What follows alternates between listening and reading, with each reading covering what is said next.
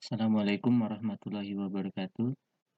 Oke, kita akan coba masuk ke materi sorting. Oke, sorting adalah pengurutan, ya, proses mengatur sekumpulan data menurut urutan atau susunan tertentu.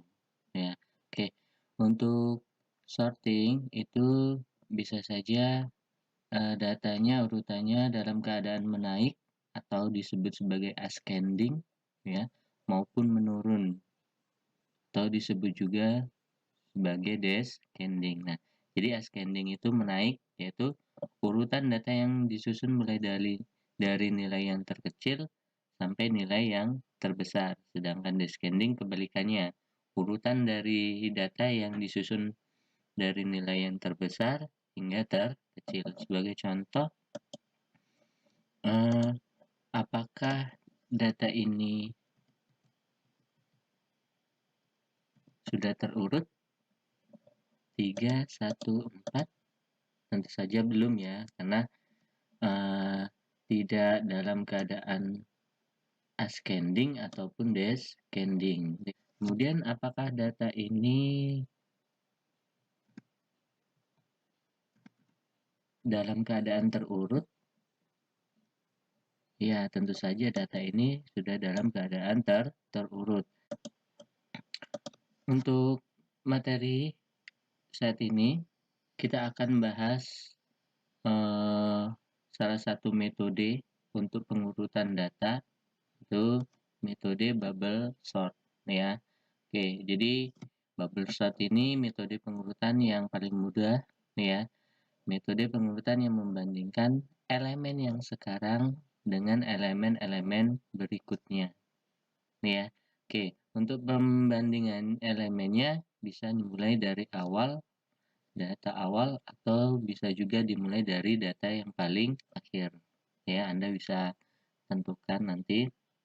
Tapi sebagai contoh untuk hari ini saya pembandingannya dari elemen yang paling awal.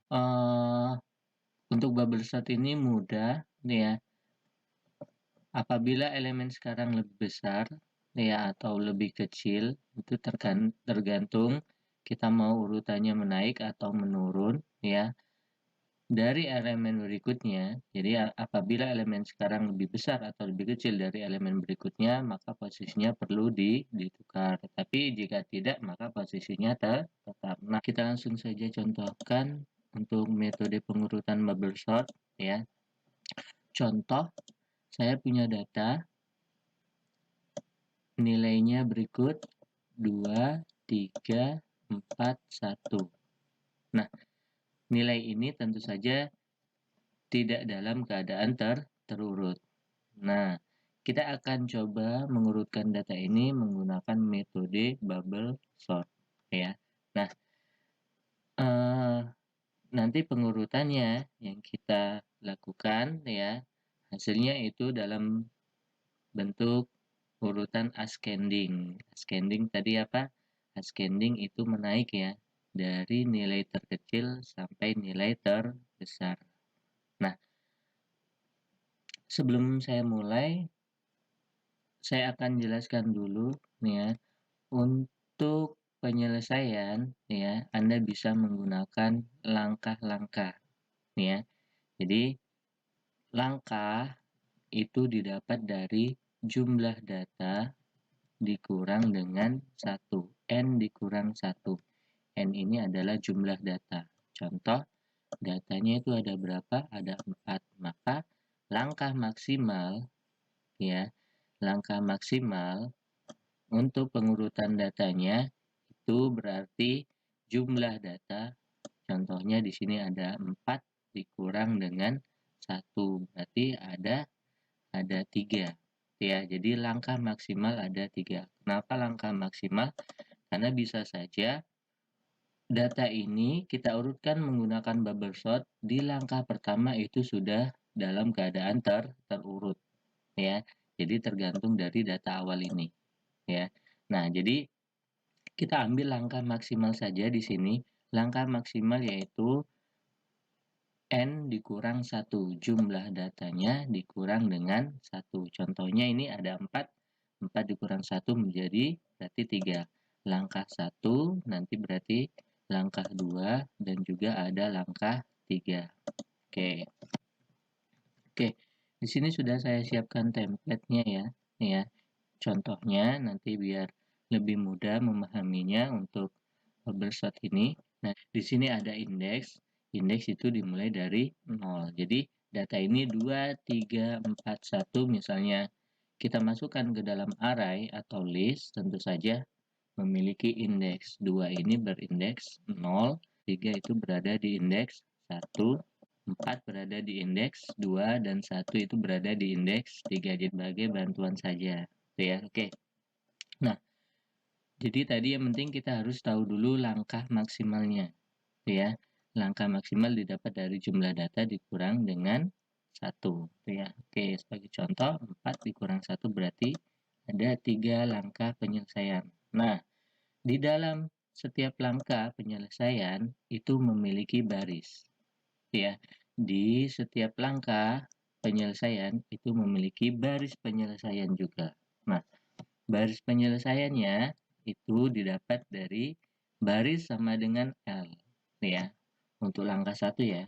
Langkah 1, baris penyelesaiannya sama dengan L. L itu adalah jumlah langkah. Tadi jumlah langkahnya sudah kita hitung yaitu 3 maksimalnya. Maka langkah pertama memiliki 3 baris penyelesaian. Nah, bagaimana dengan langkah kedua? Ya, langkah kedua untuk baris penyelesaiannya cukup Anda kurangkan baris penyelesaian langkah ke pertama dikurang 1. Berarti untuk langkah kedua nanti memiliki hanya 2 baris penyelesaian. Ya, oke. Bagaimana dengan langkah ketiga? Nah, langkah ketiga tentu saja jumlah baris penyelesaiannya itu hanya ada 1 karena berkurang 1 dari langkah 2. Ya. Oke. Nah, sekarang kita contohkan langsung saja. Di langkah pertama ini, untuk baris pertama itu didapat dari data sebelumnya. Ya, kita catat dulu data sebelumnya. 2, 3, 4, dan 1. Ya. Oke, nah ini indeksnya ya. 2 itu berada di indeks 0 dan 1 ini berada di indeks ke-3. Oke. Nah, untuk baris pertama di langkah 1 ya, didapat dari perbandingan yaitu indeks 0 dan indeks 1. Ya, kita bandingkan antara nilai di indeks 0 dan di indeks 1. Oke, sebagai contoh di sini saya tandai perbandingannya 2, oke, dan 3 ini. Ya, jadi kita bandingkan 2 dan 3 ini. Nah, tadi kan bubbleshot membandingkan ya. Oke, jika perlu ditukar antara dua nilai ini maka harus ditukar. Nah, sekarang apakah 2 dan 3 ini posisinya perlu dirubah? Oke, ascending tadi apa? Ascending itu artinya dari urutan terkecil sampai urutan terbesar. Nah, apakah posisi 2 itu sudah tepat di depan 3? Ya, kalau ascending tentu saja 2 itu terlebih dahulu daripada 3. Maka perbandingan antara indeks 0 dan indeks 1, perbandingan antara nilai 2 dan nilai 3 berarti tidak perlu ditukar. Berarti posisinya tetap di sini 2, berarti di sini juga masih 3. Catat lagi 4 dan 1. Oke, nah untuk baris yang 1 di langkah pertama tidak ada perubahan data ya. Tidak ada perubahan data karena perbandingan antara 2 dan 3 itu nilainya nggak perlu dirubah.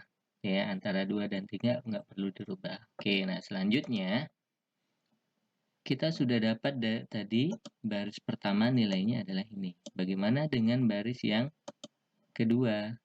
Ya, baris kedua didapat dari nih, tadi kan dimulai dari indeks yang 0 dibandingkan ya. Nah, untuk yang selanjutnya, untuk baris pertama ini, oke, yang dibandingkan adalah baris indeks ke-1 dan juga bandingkan dengan baris indeks ke-2. Oke. Ini bergerak ya. Tadi 0 dan 1. Untuk selanjutnya berarti 1 dan 2. Nah, kita bandingkan nilai 3 dan nilai 4 ini. Sengaja saya buat warna seperti ini agar lebih mudah ya. Nanti kalau Anda misalnya mencatat, berarti bisa Anda lingkarin saja. Ya, mana yang dibandingkan. Nah, untuk baris kedua, nih ya, yang di langkah pertama ini, berarti didapat dari perbandingan 3 dan 4.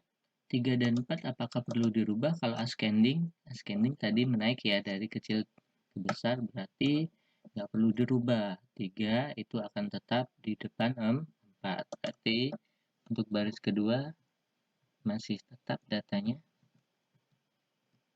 Oke. Selanjutnya, untuk baris ketiga, di langkah pertama, didapat dari perbandingan antara tadi 1 dan 2 ya, sekarang bergerak lagi, yaitu dari 2, dari indeks kedua, dan dari indeks ketiga. Maka yang perlu dibandingkan adalah 4 dan 1. Oke, nah sekarang kalau yang kita inginkan tadi urutannya ascending, apakah 4 dan 1 perlu dirubah? Tentu saja perlu dirubah ya.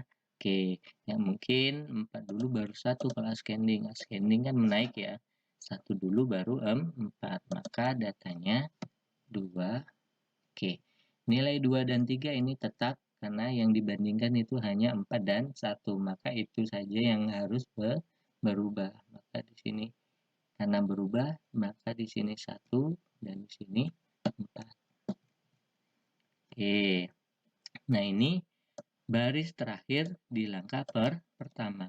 Nah, untuk langkah pertama ini di baris terakhir sudah dipastikan Anda sudah dapat satu data ya yang sudah menempati posisinya. Ya, satu data yang sudah menempati posisinya ya. Oke, misalnya 2, 3, 4, 1 ini kita urutkan, maka hasilnya nanti ya kalau secara ascending berarti hasilnya kan 1, 2, 3, 4. Oke, lihat data di baris ketiga ini, apakah ada nilai, ada data yang sudah berada tepat posisinya? Sudah tentunya ya, yaitu nilai 4. 4 ini sudah berada di sini. Ya, nih saya tandai dengan hijau ini. Nah, 4 ini sudah berada di posisinya. Ya, jadi nanti langkah pertama, dia akan mendapatkan satu data di posisi ini. Ya, nah ini udah benar posisinya nih di sini.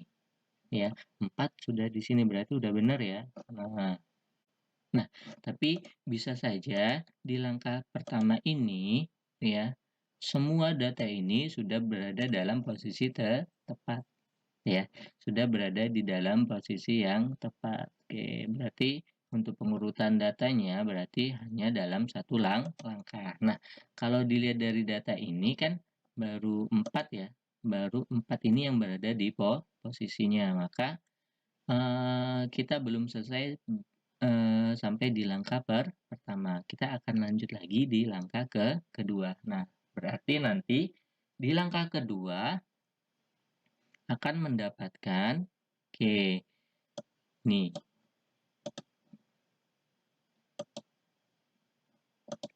dua data di posisi yang tepat ya, di posisi yang tepat. Sedangkan untuk di langkah ketiga ini, langkah 3 kan hanya ada satu baris ya, satu baris. Oke, tentu saja ini akan semuanya tepat ya, semuanya datanya dalam posisi yang tepat. Oke, nah kita lanjutkan lagi. Nah, tadi langkah pertama nih ya. Jadi langkah pertama akan mendapatkan satu data di posisi yang tepat. Tapi bisa saja ya di langkah pertama ini Anda mendapatkan dua posisi yang sudah tepat, dua data yang sudah posisinya tepat. Nah, kebetulan untuk langkah pertama di data yang seperti ini itu didapatkan hanya satu, gitu ya. Oke, tapi itu dipastikan ya setiap langkah itu akan mendapatkan satu posisi yang tepat. Oke, untuk langkah kedua, kita lanjutkan saja di langkah kedua. Langkah kedua tadi baris penyelesaiannya ada berapa? Langkah kedua baris penyelesaiannya ada baris penyelesaian langkah pertama dikurang 1. Langkah pertama ada 3, berarti langkah kedua ada 2. Oke, nah untuk baris pertama didapat dari, oke, kita catat ulang dulu datanya, ya. Ini data terakhir dari langkah 1.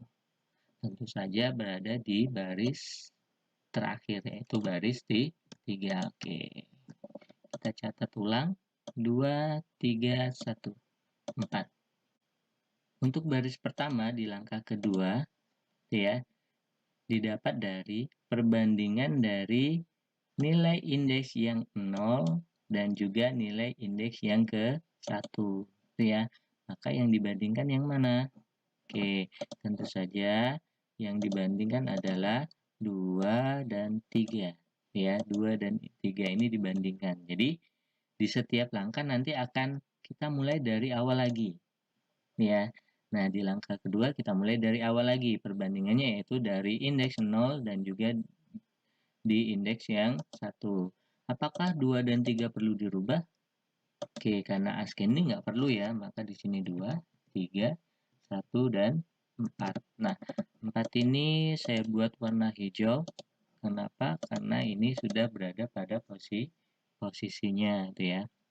Oke, nah kemudian untuk baris yang kedua, langkah kedua didapat dari perbandingan dari indeks 1 dan indeks yang kedua. Oke, maka yang dibandingkan 3 dan 1. Nah, 3 dan 1 apakah perlu dirubah kalau kita ingin urutannya ascending?